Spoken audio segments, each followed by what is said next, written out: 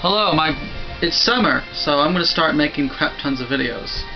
My goal this summer is to get to 200 subscribers, which I did a reply to Logic, so I hope that when he does his big shout out video, I'll get up to 200.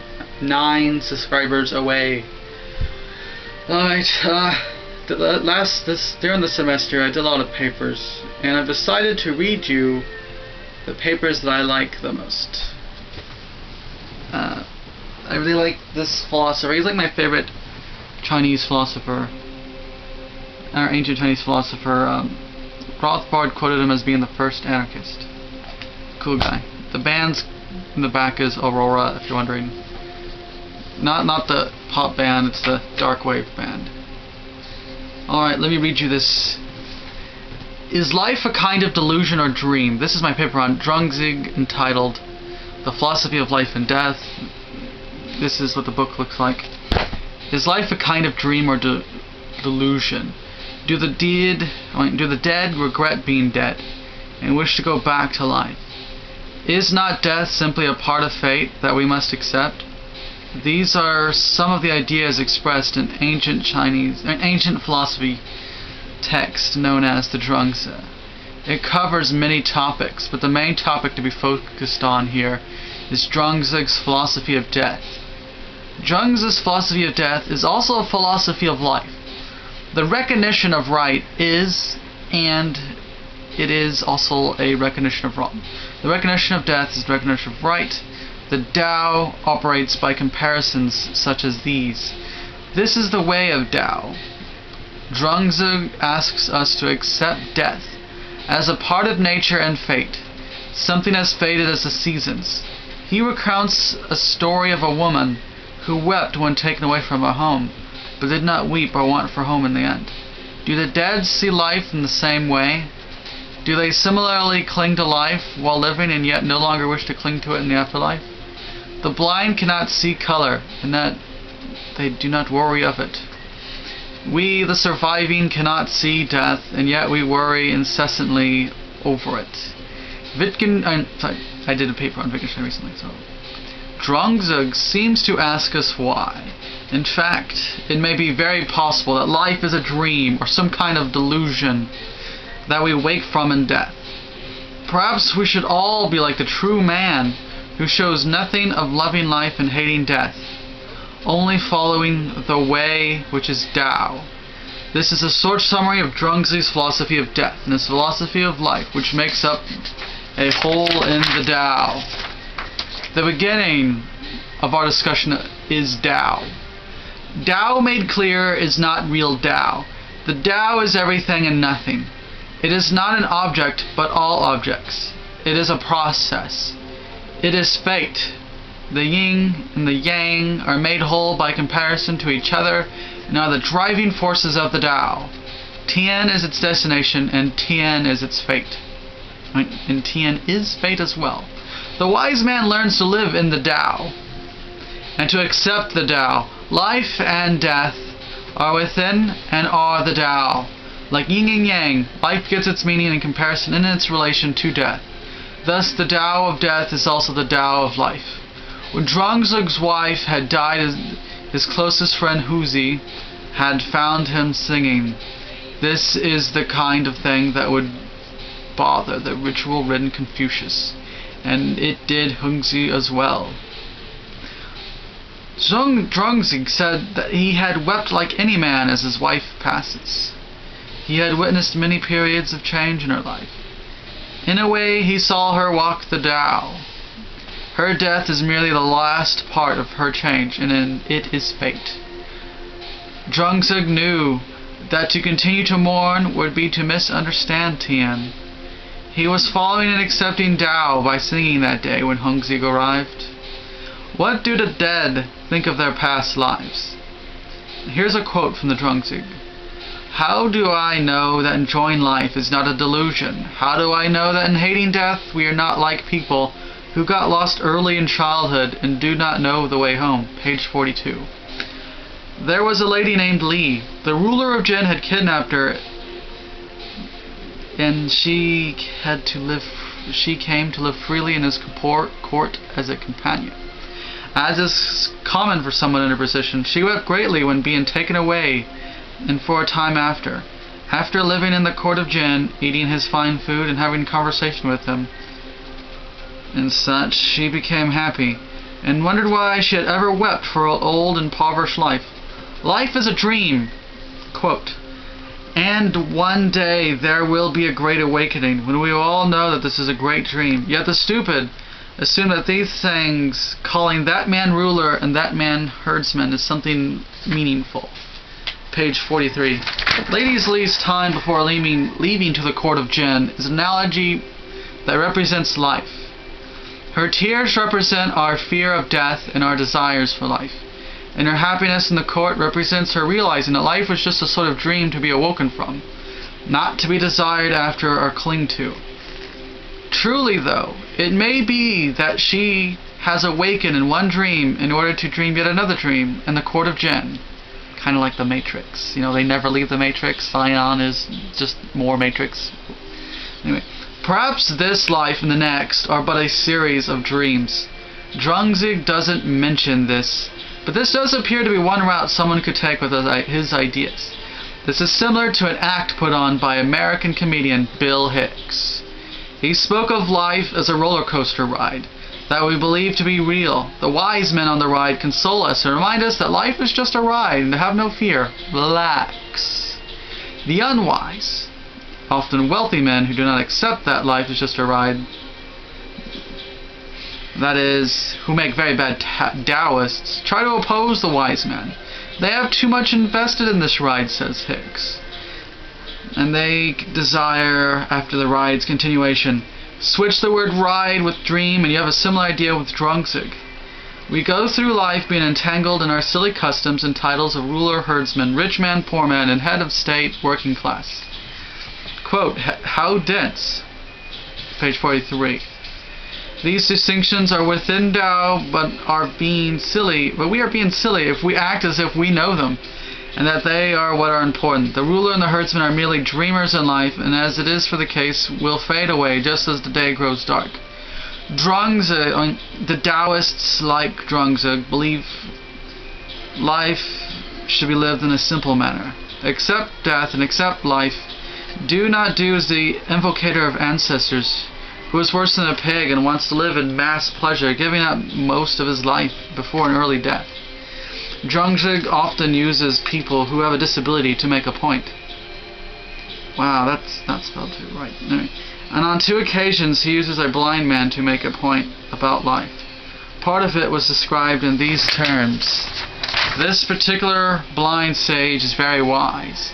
It cannot be explained to him how the physical beauty of the world is, but this cannot really harm him, for he is blind. Quote, life and death are great affairs, and yet they are no change to him. Though heaven and earth flop over and fall down, it is no loss to him. Quote, page 64 of the Zhuangzi. We, the living, are blind to death.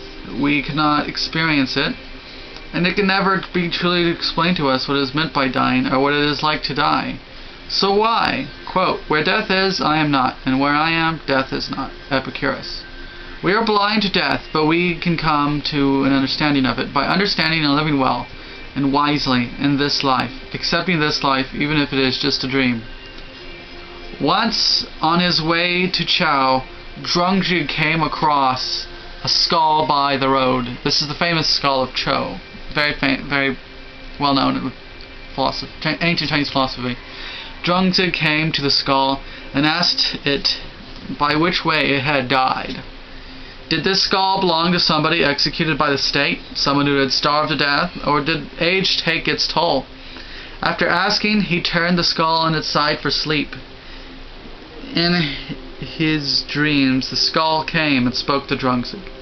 He said that among the dead there are no rulers and no subjects, no seasons, and nothing to worry about, nothing to do. Upon Zhuangzi's new question as to whether the dead man would accept some form of necromancy in order to return to life, the skull refused. The skull said that he would not give up such happiness for the troubles of humanity. Leaving aside the fact that it is possible to have life on earth without rulers and subjects, like is mentioned by the skull. That's my little libertarian anarchism stuff getting thrown in. Anyway, what is difficult is to try to get at what Zhuangzi means by this. First of all, before there's any worry of it, and this is very important, it's so important that if you look, my professor even said, yes, this is important. Zhuangzi is not saying death is super awesome and great, go kill yourself. He's not saying that, don't do that, god damn it. He is not advocating mass suicide. It is not clear what point Zhuangzi was trying to make, but it may have been that death is nothing to worry about. At least in death you can be free of rulers and troubles that the living have to deal with. He may be saying something like, if your life was bad, no worries, you'll be dead soon anyway, and then you will not have to worry about it. You might be in some kind of afterlife that is better than this life anyway. And my professor, awesome lady, she wrote on the side, my understanding at this point is different. If it's bad, it may be caused by obsessions of desires. The solution is to free oneself and practice detachment. Which I agree, she was right, I should have said that. Yes, very much true. Oh, and Nietzsche is coming in. He always comes in because he's so interpretable, you can use him, you can really mold. Anyway, this is the Nietzsche part. Nietzsche spoke of the Übermensch, and Zhuangzi spoke of the true man. In fact, there is some similarity between the Übermensch and the true man. Quote, a man, the true man, could commit an error and not regret it. Page 73 of the Zhuangzi. Descriptions like this and other tie the two ideas together, even though they are likely to have some sharp differences. This particular similarity reminds one of Nietzsche's ideas of the eternal recurrence. The Übermensch lives without regret about their life, and if they were to die, would choose to live life over if they could. One could ask if Nietzsche had been influenced by the Taoists. Quote, the true man knew nothing of loving life and nothing of hating death. Page 74 of the Zhuangzi. He takes nothing for granted. Zhuangzi describes this kind of person as almost entirely carefree and happy. Quote, he came briskly, he went briskly, and that was all. Page 74. I am not sure, but this might be a kind of enticement to follow Zhuangzi's way of life, a sort of be a good Taoist. Give up desire. Do not fear death or want power and wealth. You will be extremely happy and well off. I mean, just look at these true man guys. You could be one too if you follow the Zhuangzi way of doing the Tao to the fullest. Granted, the true man is another word for the Taoist sage. Reading the Zhuangzi is... Oh, I messed up that sentence. Yeah, it appears to get you to a place of serene happiness that the true man experiences. Also, he spoke of the true man as representing the start of true knowledge, even though Zhuangzi did not appear to value the pursuit of knowledge.